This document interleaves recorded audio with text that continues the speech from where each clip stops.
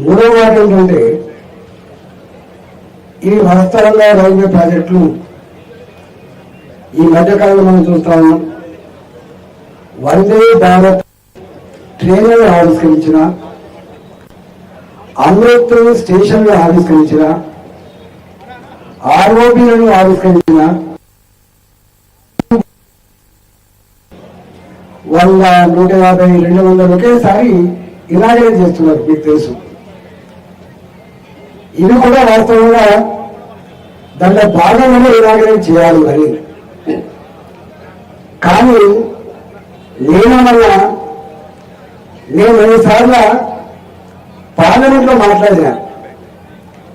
ఇంతకుముందు రాజశేఖర్ చెప్పిన మాట, అయ్యా ఈ మల్కాగిరి పార్లమెంటు, ఈ మల్కాగిరి పార్లమెంట్లో అన్ని రైల్వే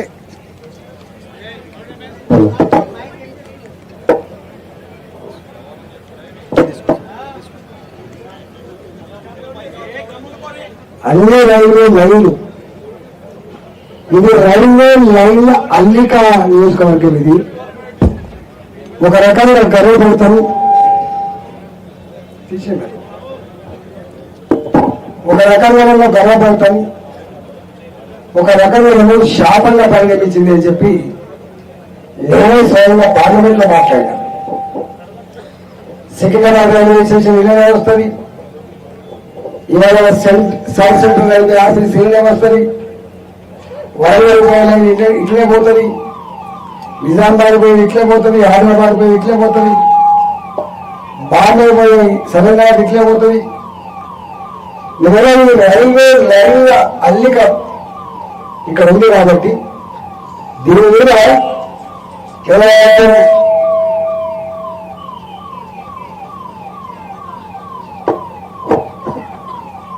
పోతుందా అవుతుందా?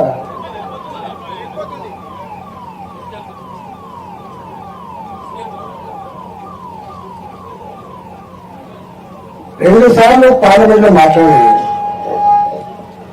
మాట్లాడి మంత్రి గారి దగ్గరికి పోతే, అవును నేను చెప్పే సమస్యలు వాస్తవమే, కానీ ఇప్పుడిప్పుడే ఇవన్నీ సార్ట్అవుట్ చేసుకొస్తున్నాం, కొంత అభివృద్ధి కనబడతా ఉంది, మీలాంటి సూచనలు సలహాలు మేము తీసుకుంటామని చెప్పి వారు చెప్పింది.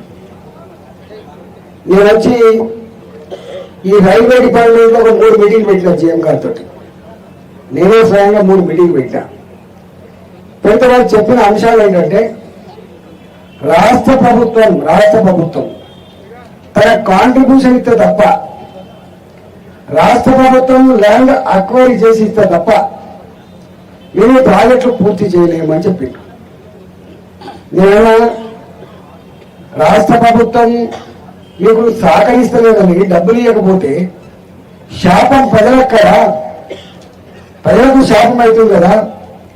రాష్ట్ర ప్రభుత్వ పైసలైనా మన పైసలైనా, కేంద్ర ప్రభుత్వ డబ్బులైనా మన డబ్బులైనా మనమే పడదాం సార్ అని చెప్పిన. నేను వాళ్ళ మాట ఏంటంటే, ఇప్పటిదాకా నేను 25 ఏళ్ళు అవుతుంది, నేను ఎమ్మెల్యేగా రకరకాల పొజిషన్ 25 ఏళ్ళు అవుతుంది.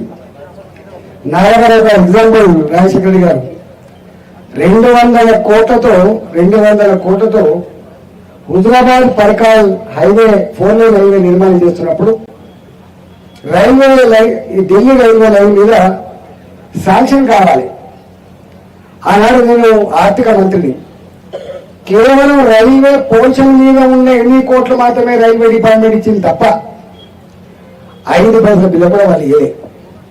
వాస్తవంగా 4 లేన్ బ్రిడ్జ్, ఇంకా గమ్మత్తైన విషయం ఏంటంటే, ఈ 4 లేన్ లైన్కి మేము ఇయ్యం, మా అవసరం ఏంటి, గేటు మూసేయాలంటే ఒక సింగిల్ బ్రిడ్జ్ కట్టడానికి పైసలు ఇస్తాం, 4 లేన్లకు మేము డబ్బులు ఇవ్వాలని చెప్తే, నేను రాష్ట్ర ప్రభుత్వం నుంచి ఇంకొక లైన్కు డబ్బులు ఇచ్చి 1వ లైన్ రైల్వే డబ్బులు తీసుకొచ్చి ఆ నిర్మాణం చేసిన ఒక 200 కోట్ల ప్రాజెక్ట్ అది.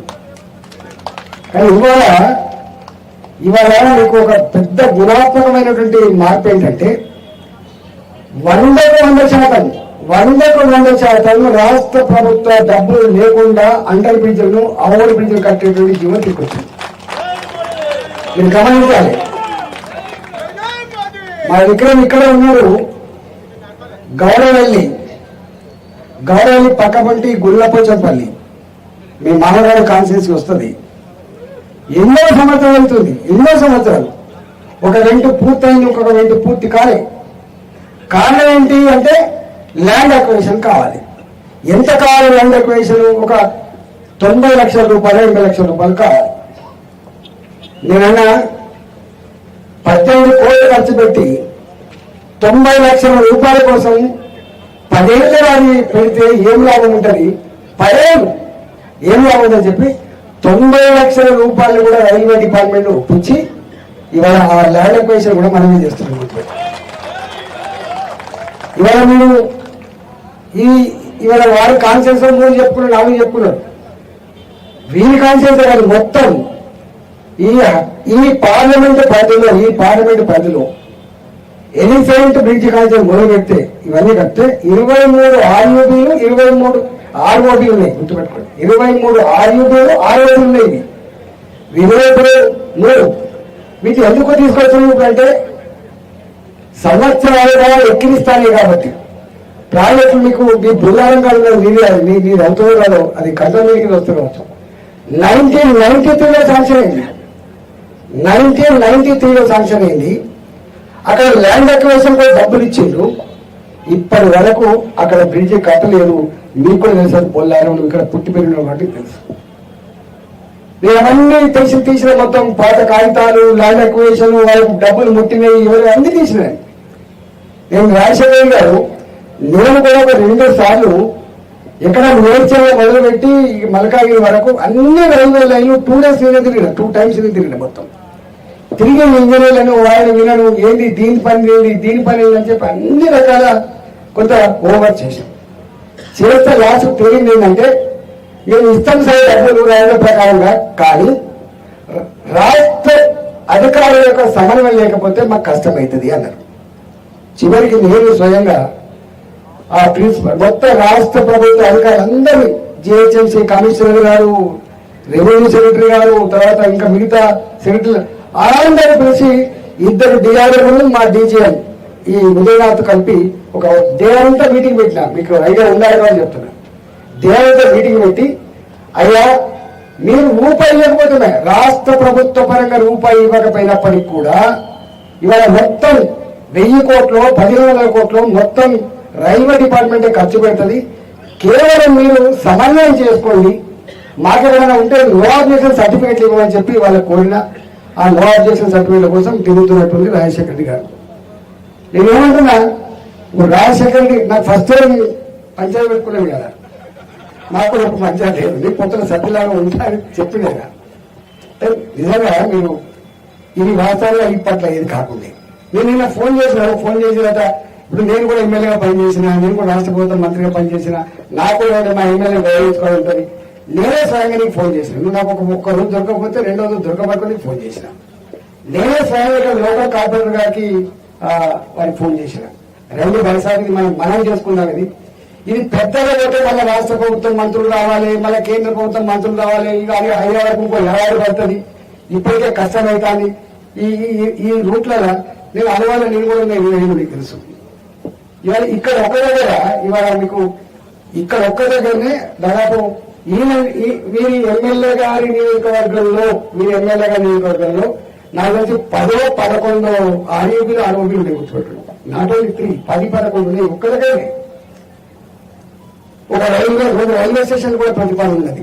ఒకటి ఇక్కడ మన ప్రతిపాదన ఉన్నది, ఒకటేమో లయాలపాడుగా ఒక ప్రతిపాదన ఉంది, ఇక్కడ దీని కాలం దగ్గర ఇంకొక ప్రతిపాదన ఉంది. అంటే డిపార్ట్మెంట్, రైల్వే డిపార్ట్మెంట్ ఎంత ప్రొయాక్టివ్ గా ఉండదో ఒక చిన్న ఎగ్జాంపుల్ చెప్తా. ఎంఎంటీఎస్ రైల్వే లైన్ ఉంది, మీకు తెలియాలి. అంటే తెలిస్తే మనకు అవగాహన ఉంటే అర్థమవుతుంది. ఎంఎంటీఎస్ రైల్వే లైన్కి 40% రాష్ట్ర ప్రభుత్వం కాంట్రిబ్యూషన్ ఇవ్వాలి. కానీ ఒక్క రూపాయి ఇవ్వకపోయినా కూడా, ఒక్క రూపాయి ఇవ్వకపోయినా 1043 కోట్లు, 1043 కోట్ల రూపాయలు రైల్వే డిపార్ట్మెంటే ఖర్చు పెట్టి ఎంఎంటీఎస్ పూర్తి చేసిందంటే మీరు అర్థం చేసుకోండి ఎంత ప్రొయాక్టివ్ ఉంది గవర్నమెంట్. నువ్వు మోడీ గారి గురించి గొప్ప మాట చెప్పినావు. ఎస్, చేసే వాళ్ళని కోరుతాను, తప్పకుండా గౌరవిస్తాను. ఎందుకంటే నేను స్వయంగా మీకు తెలుసు, నాకు తెలుసు. కాచిగూడ రైల్వే స్టేషన్ ఏముండే నాంపల్లి రైల్వే స్టేషన్ ఏముండే, సికింద్రాబాద్ రైల్వే స్టేషన్ ఏముండే, చెన్నైపేట రైల్వే స్టేషన్ ఏముండే. ఇవాళ ఆయన బ్రిటిష్ వాళ్ళు కట్టినవి లేకపోతే నిజాం సర్కార్ కట్టినా కదా. ఒక్క రైల్వే స్టేషన్ మనం వచ్చిన కట్టామా? గత 5 కోట్లు 3 కోట్లు సాధ్యం చేస్తే ఈ సున్నమైన రైతు పెట్టడానికి పనికొచ్చింది తప్ప అసలు రైల్వే స్టేషన్ పొడి ఉండాలంటే కంప వాసన ఉండే. రైల్వే స్టేషన్ లో ఉండాలంటే పందికొక్కలు దోళలు ఈగలు మొత్తం డ్రైవర్ అంతా అక్కడనే ఉండేది.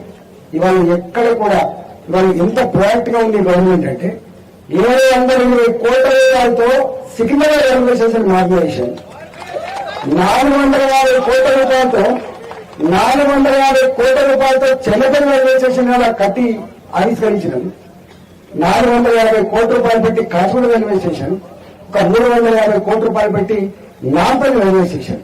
అంటే ఒక 2,000 కోట్ల రూపాయలు కేవలం 4 రైల్వే స్టేషన్ల మీద హైదరాబాద్ ఒక దగ్గర ఖర్చు పెట్టినటువంటి స్థాయికి వచ్చిందంటే అర్థం చేసుకోండి. ఇంకా గొప్పతనం ఏంటంటే ఎస్ ప్రభుత్వం ఏమో 79 సంవత్సరాలు అవుతుంది. 1947 2026 ఇవాళ మనం చూస్తా ఉన్నాం. సీన్ చేంజెస్ మా దగ్గర ఎంఎంటీఎస్ మాత్రమే కాకుండా మొన్ననే ఒక రివ్యూ మీటింగ్ పెట్టి చెప్పిన నేను, ఈ ఎంఎంటీఎస్ వేసినా 1,000 కోట్ల రూపాయలు ఖర్చు అయినా కానీ జనం పోతున్నారని చెప్పి మళ్ళీ నేనే మొత్తం దీన్ని సర్వే చేసి రేపు ఎంఎంటీఎస్ రైల్వే లైన్ల మీద రైలు నడవాలని ఒక పథకాన్ని కూడా పెట్టినా తప్పకుండా అది కూడా చేసి పెడతా అని చెప్పి మరి చెప్తున్నాను. ఏమంటున్నా ఇవాళ ఉంటాను నువ్వు ఫోన్ చేసిన తర్వాత నేను అడిగిన రైల్వే డిపార్ట్మెంట్ ఏంటంటే సార్ శిలా పథకాల మీద తప్పకుండా ఎంపీ గారి పేరు ఉంటుంది, ఎమ్మెల్యే గారి పేరు ఉంటుంది, కార్పొరేటర్ పేరు ఉంటుంది సార్. కానీ నేను పెట్టేదని బ్యానర్ లో మాత్రం మా మోడీ గారి ఫోటో మాత్రమే ఉంటుంది, ఎవరి ఫోటో ఉండదని చెప్పాను.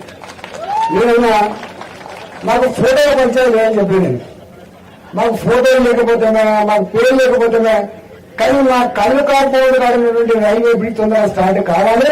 అక్కడ ఉన్న ఎడబడుతూ